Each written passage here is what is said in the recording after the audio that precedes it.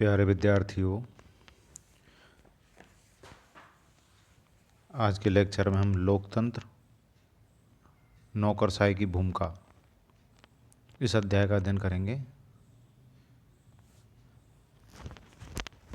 इस अध्याय में लोक सेवा और नौकरशाही में जो तकनीकी अंतर है उसके बारे में भी अध्ययन करेंगे। नौकरशाही के क्या गुण हैं, क्या विशेषताएं हैं, नौकरशाही के क्या दोष हैं और उन दोषों को किस प्रकार से दूर किया जा सकता है, इस बारे में भी अध्ययन करेंगे। वर्तमान युग जो चल रहा है और इसमें जितनी भी राजनीतिक सरकारें हैं, ज़्यादातर स्थानों पर लोकतांत्रिक ढंग से निर्वाचित सरकारों द्वारा शासन किया जा रहा है। विश्व के अधिकांश देशों में इन लोकतांत्रिक सरकारों ने मनुष्य के अधिकतम हित साधन के लिए कल्याण के कार्य करने का आदर्श स्वीकार किया है। लोक कल्याण का यह आदर्श जनता के चुने हुए प्रतिनिधियों के द्वारा अकेले तो प्राप्त नहीं किया जा सकता। अतः कोई भी आधुनिक राज्य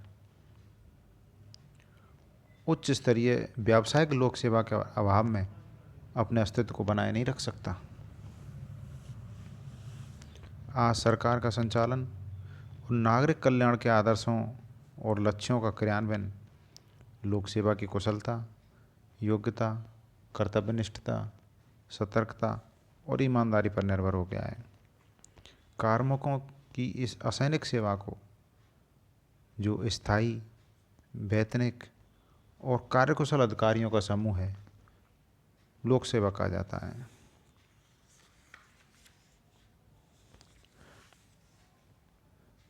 लोक सेवा और नौकरशाही। लोक सेवा का जो प्रचलित अर्थ है वह है प्रशासनिक सेवा की असैनिक शाखा। सामान्यतः किसी भी देश में कम से कम दो प्रकार की सेवा तो होती ही हैं: सैनिक सेवा, असैनिक सेवा, तीसरी न्यायिक सेवा। और जो लोग राजनीति करते हैं, राजनीति में आते हैं, चुनाव लड़ते हैं, वो भी कहते हैं हम तो जन सेवा के लिए या लोक सेवा के लिए, जनता की सेवा के लिए राजनीति में आए। तो इन सेवाओं को हटा दिया जाए। तो इन सेवाओं में से कौन सी सेवा लोक सेवा है? ब्रिटेन में इस बारे में एक परिभाषा है कि राजनीतिक और न्यायिक पदाधिकारियों के अलावा जो राजनीतिक पदाधिकारी हैं, जैसे कोई मंत्रीगण जो कार्यपालिका का उस विभाग का प्रमुख है, कार्यपालिका प्रमुख जैसे वास्तविक प्रमुख प्रधानमंत्री है, लेकिन उसके पास जो विभाग हैं उनका वो प्रभारी है। तो राजनीतिक या न्यायिक पदाधिकारियों के अतिरिक्त, न्यायिक पदाधिकारी यानी न्यायाधीश, इनके अतिरिक्त वे सेवक जो असैनिक रूप से सेवायोजित हों, अर्थात दो तो पहले हटा दिए, राजनीतिक और न्यायिक अधिकारी, तीसरे वे सेवक जो असैनिक रूप से सेवायोजित हों, जो सेना में नहीं हों। तो इन तीन को छोड़ के एक अलग शर्त है जिनका पारिश्रमिक उस धनराशि में से दिया जाता है जो संसद हेतु इस द्वारा स्वीकृत की गई है। अर्थात स्पष्ट है कि लोक सेवा में न्यायिक सेवा, राजनीतिक पदाधिकारी और सुरक्षा सेनाओं के सदस्यों को शामिल नहीं किया जाता। हरमन फाइनर ने लोक सेवा की परिभाषा इस प्रकार दी है कि अधिकारियों का एक पेशेवर निकाय है, प्रोफेशनल। अधिकारियों का एक पेशेवर निकाय लोक सेवा है जो स्थायी, वेतनभोगी तथा कार्यकुशल होता है। इस प्रकार लोक सेवा से अभिप्राय किसी भी राज्य की सरकार में कार्यरत समस्त पदाधिकारियों, उच्चतम स्तर पर सचिव से लेकर कनिष्ठतम स्तर के कर्मचारी को माना जाता है। इस लोक सेवा की कार्य प्रणाली में जब कुछ बुराइयां शामिल हो जाएं, अकार्यकुशलता, अमानवीयता, लाल फीताशाही, देरी, जटिलता, धीमापन, लक्ष्य और साध्य की अपेक्षा साधन या प्रक्रिया के पालन पर अधिक बल दिया जाए, तब उसे नौकरशाही की संज्ञा दी जाने लगती है। नौकरशाही का अर्थ और परिभाषाएं। ब्यूरोक्रेसी शब्द का प्रयोग सर्वप्रथम फ्रांस के अर्थशास्त्री विंसेंट डी गॉर्ने ने किया था। मूल रूप से अंग्रेजी शब्द ब्यूरोक्रेसी फ्रांसीसी भाषा के शब्द ब्यूरो से बना है, जिसका अर्थ है लिखने की मेज या डेस्क। इस शब्द का सरलतम अव्यक्तीकरण यदि किया जाए तो सरकारी सेवा में कार्य करने वाले अधिकारी और कर्मचारियों का सामूहिक नाम ब्यूरोक्रेसी होती है। नौकरशाही की परिभाषाओं में एनसाइक्लोपीडिया ऑफ ब्रिटेन में लिखा है कि ब्यूरोक्रेसी शब्द ब्यूरो या विभाग में प्रशासकीय शक्ति के केंद्रित होने या राज्य के क्षेत्राधिकार से बाहर के विषयों में अधिकारियों के अनुचित हस्तक्षेप को व्यक्त करता है। जॉन एवीग ने कहा है, विकृति या प्रयास के कारण ब्यूरोक्रेसी शब्द का अर्थ काम में घपला, मनमानी, अपव्यय, हस्तक्षेप तथा वर्गीकरण माना जाने लगा है। प्रोफेसर लास्की ने कहा है, नौकरशाही का आशय उस व्यवस्था से है जिसका पूर्ण रूपेण नियंत्रण उच्च अधिकारियों के हाथों में होता है और वे इतने स्वेच्छाचारी हो जाते हैं कि उन्हें नागरिकों की निंदा करते समय भी संकोच नहीं होता। एप्पल भी नौकरशाही तकनीकी दृष्टि से कुशल कर्मचारियों का एक व्यावसायिक वर्ग है जिसका संगठन पद सोपान के अनुसार किया जाता है और जो निष्पक्ष होकर राज्य का कार्य करते हैं। एफएम मार्क्स नौकरशाही पद सोपान, क्षेत्राधिकार, विशेषीकरण, व्यावसायिक प्रशिक्षण, निश्चित वेतन एवं स्थायित्व जैसी विशेषताओं से युक्त एक संगठन है। एफएम मार्क्स ने नौकरशाही पर विस्तार से अपने विचार व्यक्त किए हैं।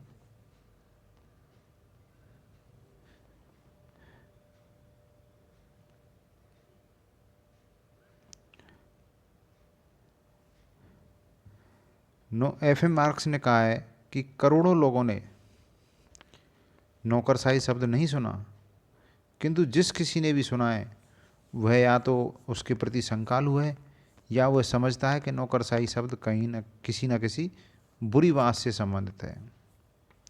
एफएम मार्क्स ने नौकरशाही शब्द का अर्थ 4 प्रकार से व्यक्त किया है। नौकरशाही एक विशेष प्रकार के संगठन के रूप में, अर्थात नौकरशाही एक ऐसा विशेष प्रकार का संगठन है जो सरकारी नीति को क्रियान्वित करने के लिए उत्तरदायी होता है। सरकार के अच्छे प्रबंध में बाधक एक व्याधि के रूप में,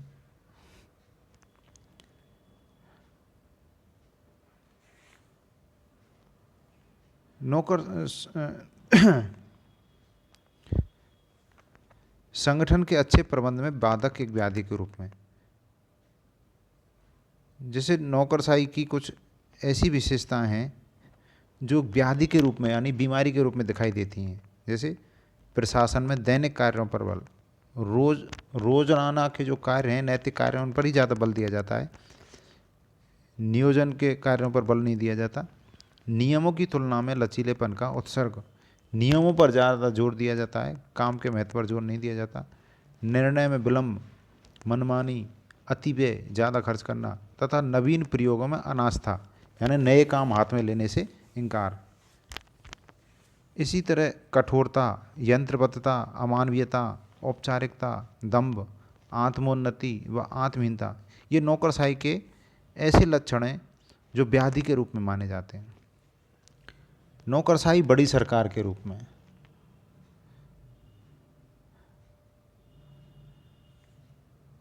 सरकार ने जन कल्याण के इतने कार्य अपने हाथ में ले लिए हैं कि सरकार के प्रशासकीय संगठनों का आकार बढ़ गया है।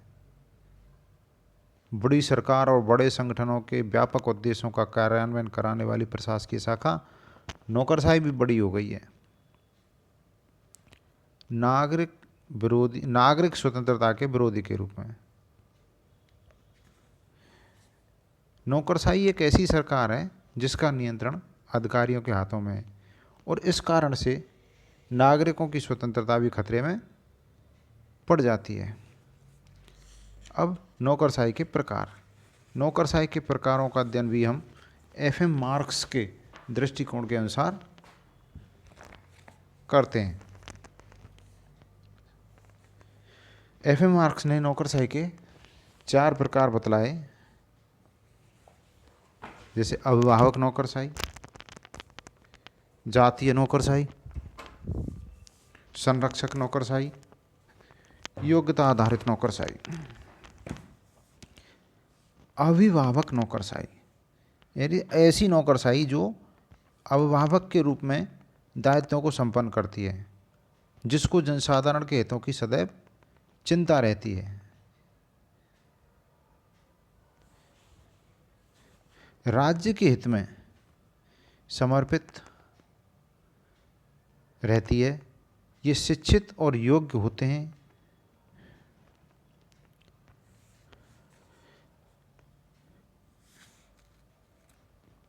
प्राचीन युग जो आधुनिक युग की प्रशासकीय नौकरशाही को इसी श्रेणी में माना जाता है। जातीय नौकरशाही ऐसी नौकरशाही जो लोगों के वर्गीय संबंध से उत्पन्न होती है। जो शासन और प्रशासन के उच्चतम व प्रमुख पदों पर होते हैं, वे ही व्यक्ति इसमें नियुक्ति पाने में सक्षम होते हैं।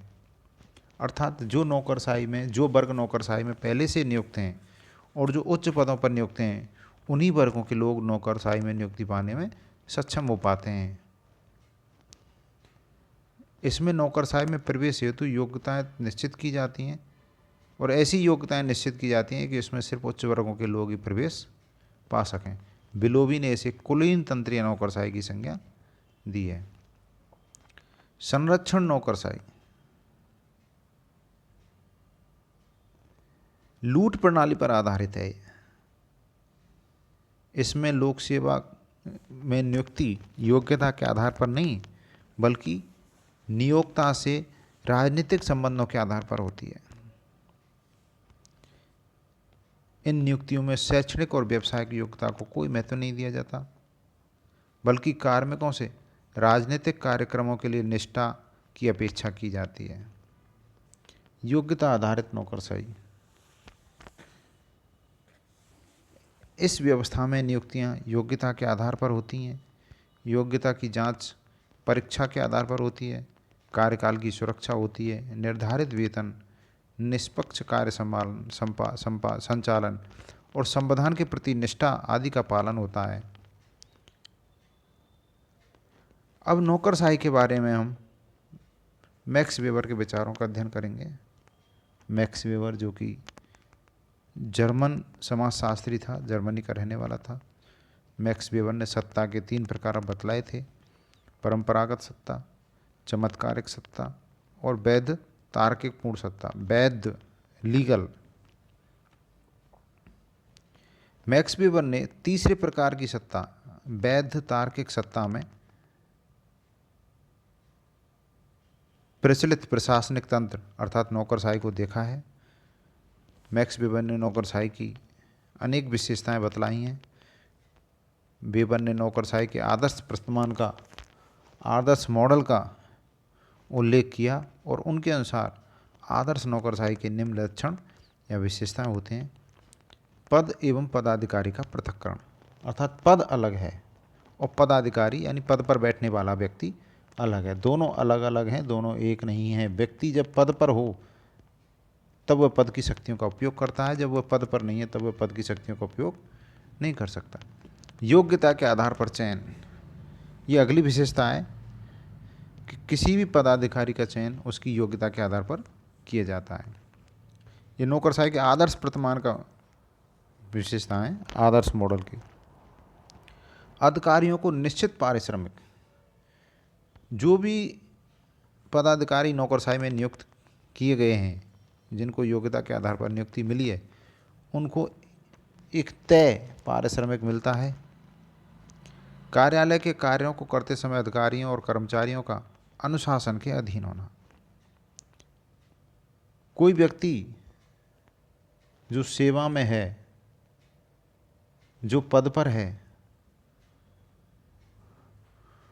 उसको कार्मिकों के लिए निर्धारित अनुशासन के नियमों का पालन करना होता है। पदों की पद सोपानात्मक व्यवस्था। किसी भी कार्यालय के पद वरिष्ठ और कनिष्ठ के क्रम में व्यवस्थित होते हैं, अर्थात पद पद सोपान व्यवस्था में व्यवस्थित होते हैं।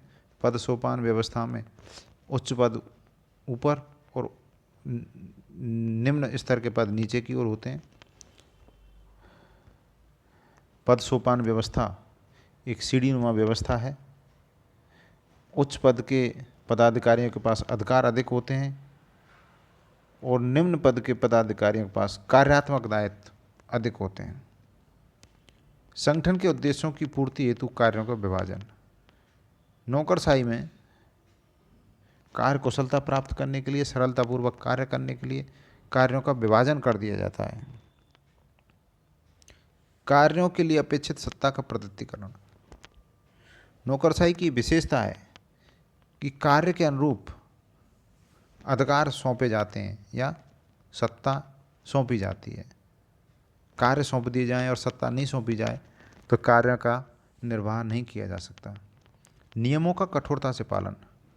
नौकरशाही में संगठन के नियमों, अनुशासन के नियमों या कार्यप्रणाली के नियमों का कठोरता से पालन किया जाता है।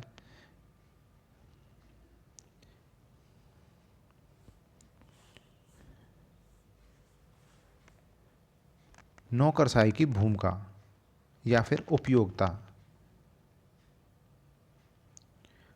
प्रोफेसर डॉन हमने कहा है, यदि हमारी सभ्यता का अंत हुआ तो इसके लिए प्रशासन की असफलता मुख्य रूप से उत्तरदायी होगी। क्योंकि समाज में व्यवस्था बनाए रखना, समाज में एकता बनाए रखना, विकास को गति देना, इसमें नौकरशाही की अत्यंत महत्वपूर्ण भूमिका होती है। नौकरशाही की क्या क्या महत्वपूर्ण भूमिकाएं होती हैं, निम्न बिंदुओं के अंतर्गत पढ़ा जा सकता है। योजना के निर्माण में महत्वपूर्ण योगदान। नौकरशाही के अधिकारी जब तक देश की योजना को बनाने के लिए आंकड़ों और सूचनाओं का संकलन नहीं करेंगे, तब तक किसी भी योजना को अंतिम रूप नहीं दिया जा सकता। नीतियों के निर्माण में सहायक भूमिका। सभी लोकतांत्रिक देशों में देश के शासन की नीतियों का निर्माण राजनीतिज्ञों के द्वारा किया जाता है और इस कार्य में वे नौकरशाही के सहयोग पर निर्भर करते हैं। नीतियों के निर्माण के लिए आवश्यक तथ्य, सूचनाएं, आंकड़े, तकनीकी शब्दावली नौकरशाही द्वारा ही उन्हें उपलब्ध कराई जाती है। नीतियों और योजनाओं के निष्पादन में भूमिका। जो नीति और योजना बनाई गई हैं उनका निष्पादन अर्थात कार्यान्वयन।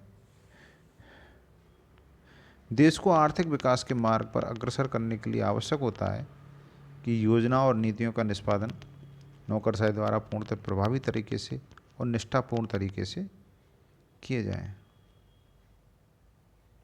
नियमों की व्याख्या।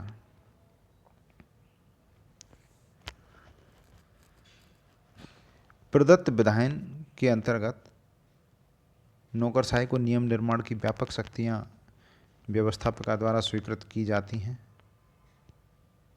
अपने इस अधिकार के अंतर्गत नौकरशाही विभिन्न अधिनियमों के क्रियान्वयन से पूर्व व्यापक नियम बनाती है और उन नियमों की व्याख्या करती है। सामाजिक परिवर्तन और आधुनिकीकरण की प्रेरक।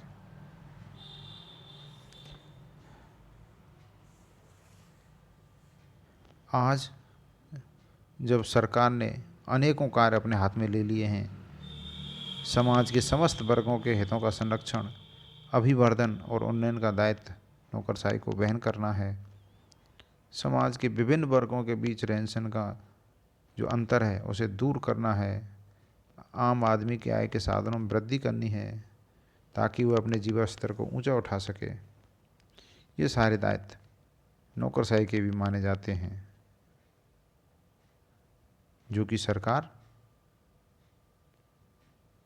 निर्धारित करती है।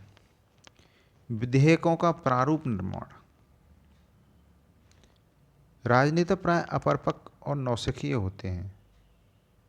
उन्हें विधेयकों के प्रारूप निर्माण के लिए प्रथम तो अपने मंत्रालय के वरिष्ठ अधिकारियों के परामर्श पर निर्भर रहना पड़ता है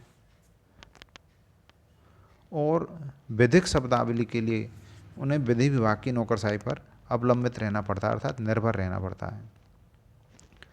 अधीनस्थ कार्मिकों पर नियंत्रण।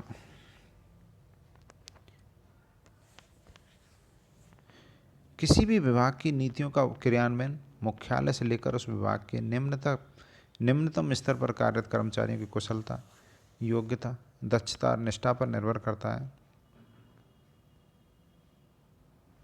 अतः प्रशासन के उच्चतम स्तर पर कार्यरत अधिकारियों का यह अनिवार्य दायित्व हो जाता है कि वे प्रशासन की अधीनस्थ इकाइयों में कर्मचारियों को नियंत्रित कर अनुशासित और निष्ठापूर्ण सेवा के लिए प्रेरित करें।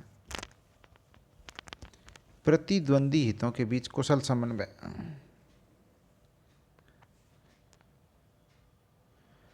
भारत जैसे लोकतांत्रिक देश में जब पूंजीवादी और समाजवादी हितों के बीच संतुलन बिठाना एक चुनौतीपूर्ण कार्य है और यह कार्य नौकरशाही द्वारा संपन्न किया जाता है। भारतवर्ष में विभिन्न संप्रदायों, धर्मों, जाति और भाषाओं के बीच समन्वय स्थापित करने का कार्य भी नौकरशाही द्वारा ही संपन्न किया जाता है। प्रशासनिक न्यायाधिकरण का संचालन। सरकार के कर्मचारियों के सेवा संबंधी विवादों के समाधान के लिए प्रशासनिक न्यायाधिकरण की स्थापना की जाती है। कार्मिक विवादों को सामान्य न्यायालय के क्षेत्राधिकार से अलग करके प्रशासनिक न्यायाधिकरण को सौंपा जाता है।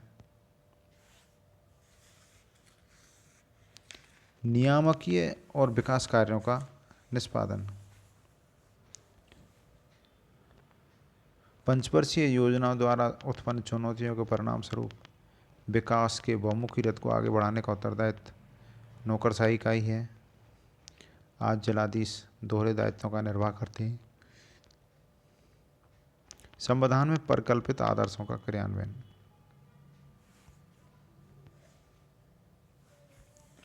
भारत के संविधान में नागरिकों को कुछ मूलभूत स्वतंत्रताएं प्रदान की गई हैं।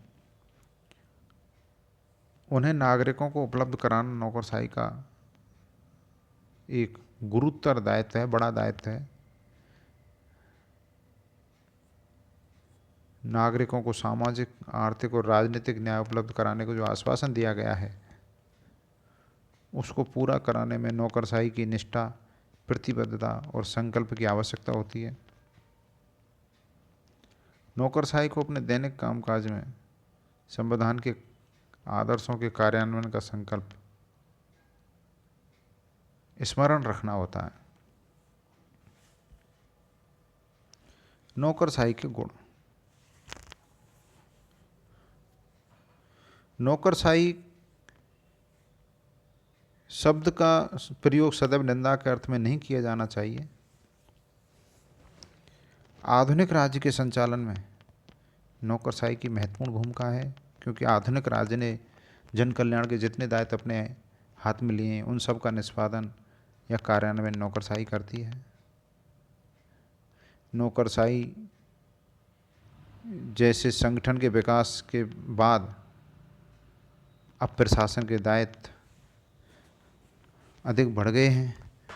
अब नौकरशाही अधिक कार्यकुशल, विवेकशील और निष्पक्ष तरीके से कार्य भी करती है। नौकरशाही को संसदीय प्रजातंत्र का मूल भी कहा जाता है। एक विशुद्ध नौकरशाही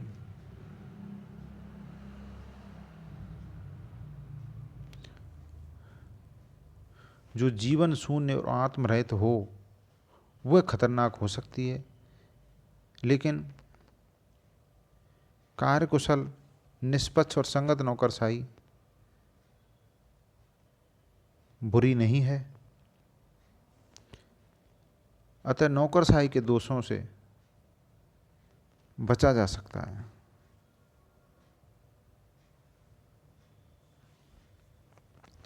नौकरशाही के दोष।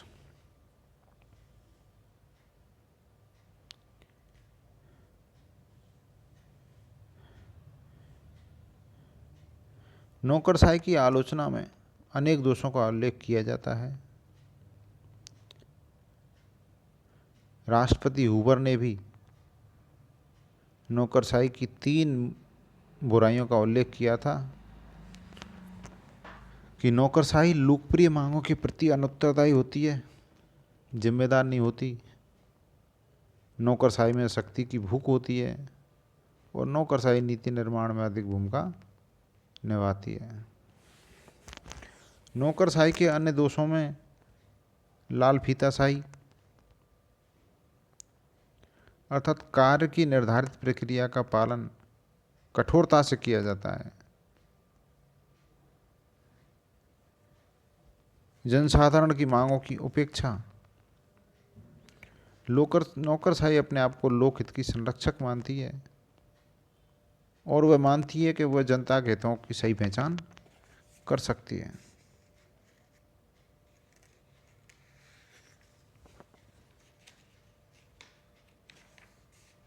शक्ति की लालसा। नौकरशाही पर शक्ति के भूख के आरोप लगते हैं कि वह अपनी इच्छा की पूर्ति के लिए लोकहित की सीमा तक, किसी भी सीमा तक उपेक्षा करने में नहीं चूकती। अनावश्यक विस्तार की प्रवृत्ति। पार्किंसन ने अपने अनुसंधान में नौकरशाही में प्रतिवर्ष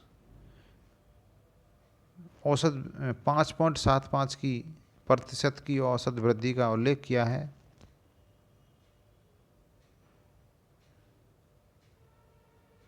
पार्किंसन का मानना है कि नौकरशाही के अधिकारियों और कर्मचारियों में अतिरिक्त कार्य पैदा करने की प्रवृत्ति पाई जाती है। संगठन की अंतिम व्यक्ति में कार्यरत व्यक्ति हमेशा अनुभव करता है कि यदि संगठन में कार्य की कमी हुई तो उसकी सेवाओं पर विपरीत असर पड़ सकता है। ऐसी मनस्थिति में नए कर्मचारियों की निरंतर मांग की जाती रहती है जबकि उनके पास पर्याप्त काम नहीं होता है। विभागवाद की प्रवृत्ति। एक विभाग में काम करते हुए कर्मचारी अपने विभाग को इतना श्रेष्ठ मानते हैं कि वे दूसरे के विभाग को आम जनता से कटा हुआ मानने लग जाते हैं। प्रजातांत्रिक संस्थाओं के प्रति उदासीनता। नौकरशाही प्रजातांत्रिक दृष्टि से चुनी गई संस्थाओं के प्रति सदैव उपेक्षा का भाव रखती है। परंपरा प्रिय एवं अनुदारवादी। नौकरशाह नवीनता और विकास के विरोधी होते हैं।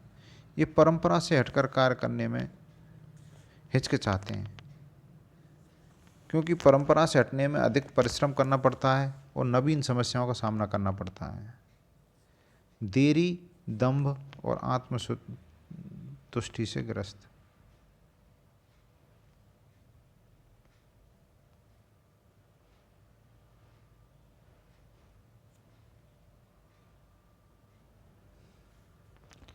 नौकरशाही के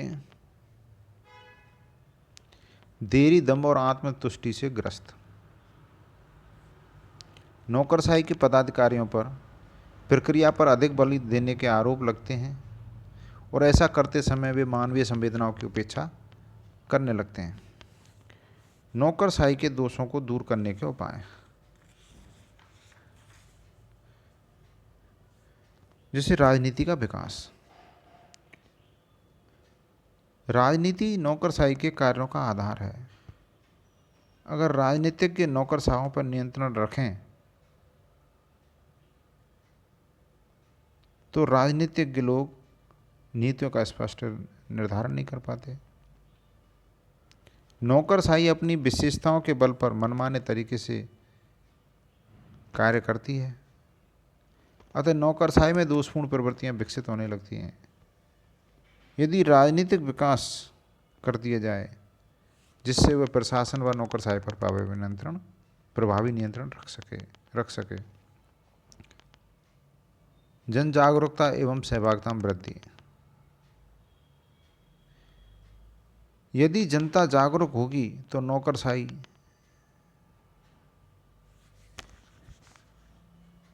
संवैधानिक ढांचे में कार्य करेगी। जन जागरूकता से नौकरशाही नियंत्रित रहेगी और जनता को प्रशासन में सहभागिता के अवसर मिलेंगे। शक्तियों का विकेंद्रीकरण। विकेंद्रीकरण से प्रशासन में निर्णय प्रत्येक स्तर पर शीघ्रता से लिए जा सकेंगे, जिससे लाल फीताशाही जैसे दोषों पर अंकुश लग सकेगा। नौकरशाही के दोषों को दूर करने के लिए न्यायिक सक्रियता अगला टॉपिक है। नौकरशाही के दोषों को दूर करने के लिए न केवल राजनीतिक विकास होना आवश्यक है, बल्कि न्यायपालिका को भी जनहित में अधिक सक्रिय होना चाहिए।